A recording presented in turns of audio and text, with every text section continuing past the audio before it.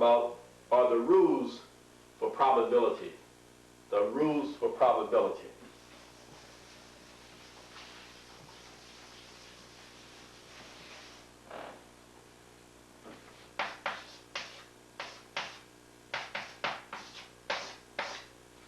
Now we have two rules for probability, or we have two types of probability. The first type is what we call experimental or empirical probability.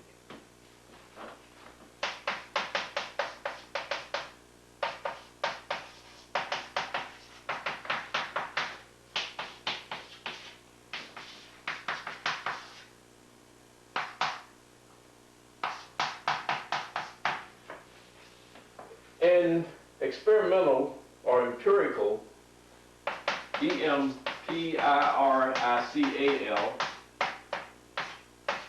in experimental or empirical probability, the probabilistic investigator is actually doing an experiment.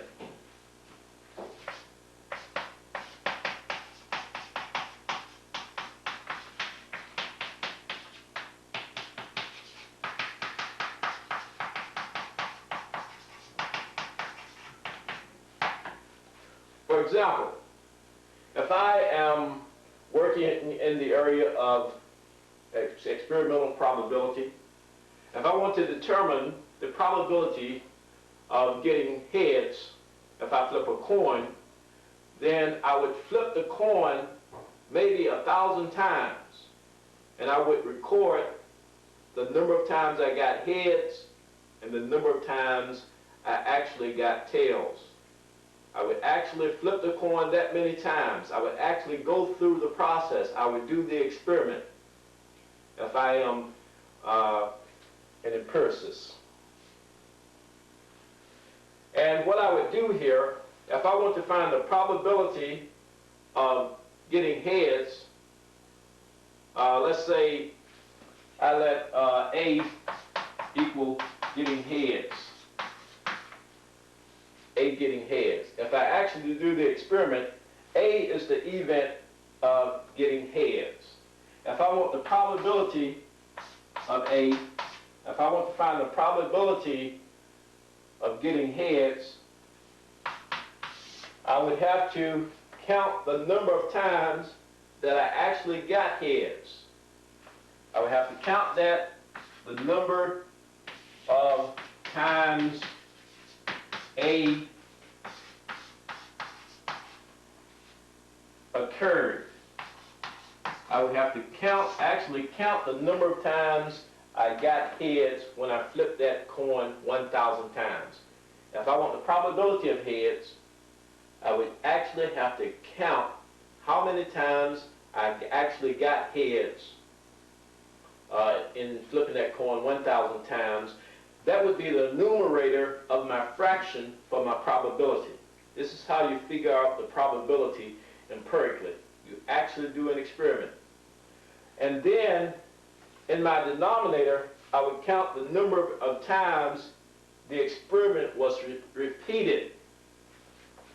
And I would put that in my denominator, the number of times the experiment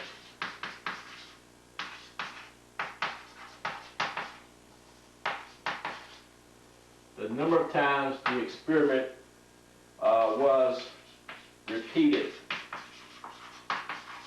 That goes in my denominator. Once again, empirically, if I want to empirically determine the probability of a situation, I would actually do an experiment. If we're talking about flipping a coin, and I'm talking about the probability of getting heads, my event is getting heads. That's my event. I'm calling that A.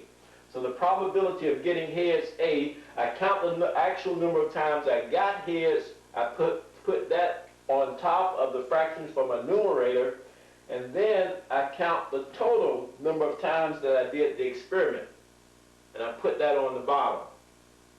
Now, the total number of times we do the experiment, sometimes we refer to that as the number of trials. The number of trials. The number of trials. And the number of times that A occurs, many times we refer to that as the number of successes. So we can write this formula as the probability of A equals the number of successes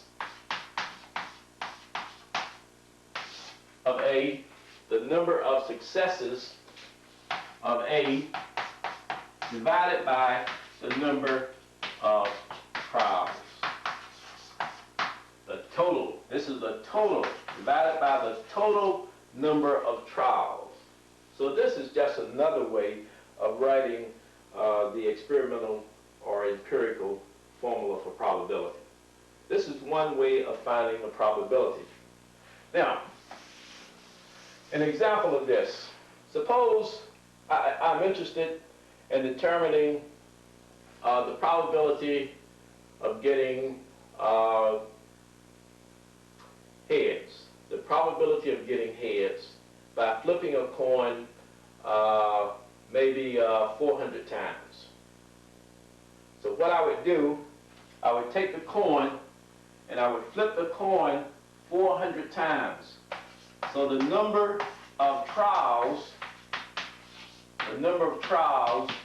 or the number of times that I will do the experiment, the total number of trials, or the total number of times that I will do the experiment will be 400. Now, let's say that I observe how many times I get heads. I observe how many times I get heads each time throughout the experiment. And let's say that in this experiment, the number of times I got heads, let's say that was equal to 178. The number of times that I got heads was equal to 178. Now, I want to determine empirically the probability of getting heads. The probability of getting heads. So I'll let the event, this is the event, getting heads. So I'll let the event of getting heads be represented by A. So I'm looking for the probability of A because I'm letting A be the event of getting heads. Now, this means that I can use the formula that I have for the empirical probability. Probability of A would be equal to the number of successes of A, or the number of times that A actually occurred in this experiment. Now, heads occurred how many times in this experiment? Right, 178.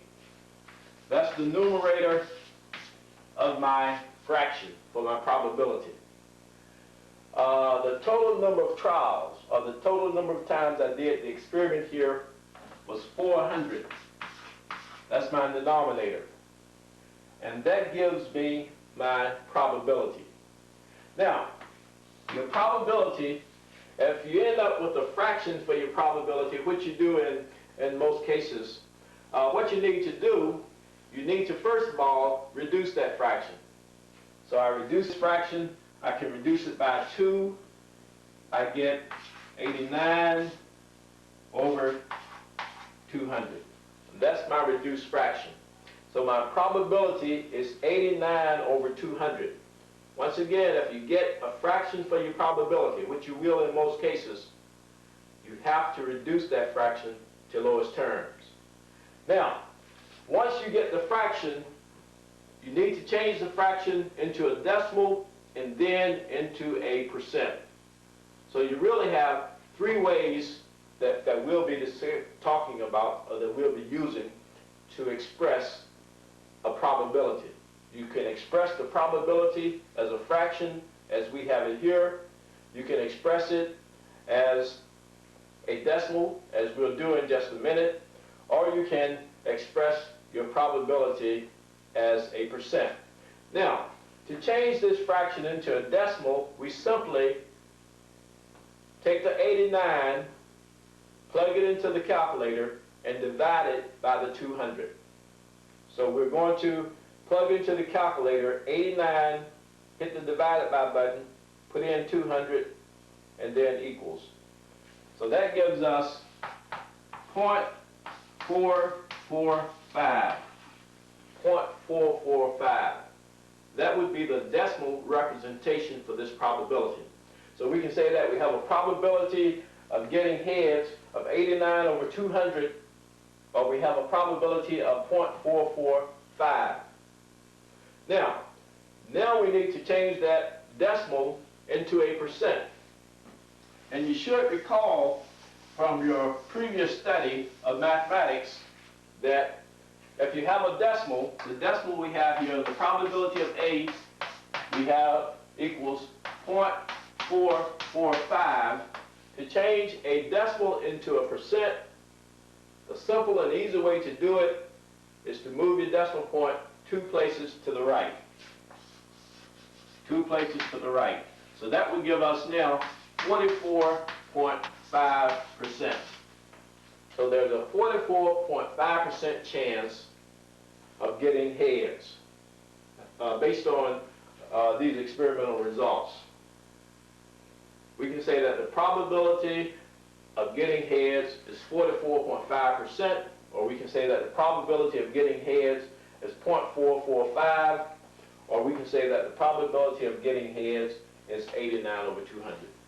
You have to be able to express your probability in all 3 ways. Now, when you're working with decimals, when you get your decimal representation for your probability, you want to round off to 3 significant digits. So that is one type of probability, empirical or experimental probability.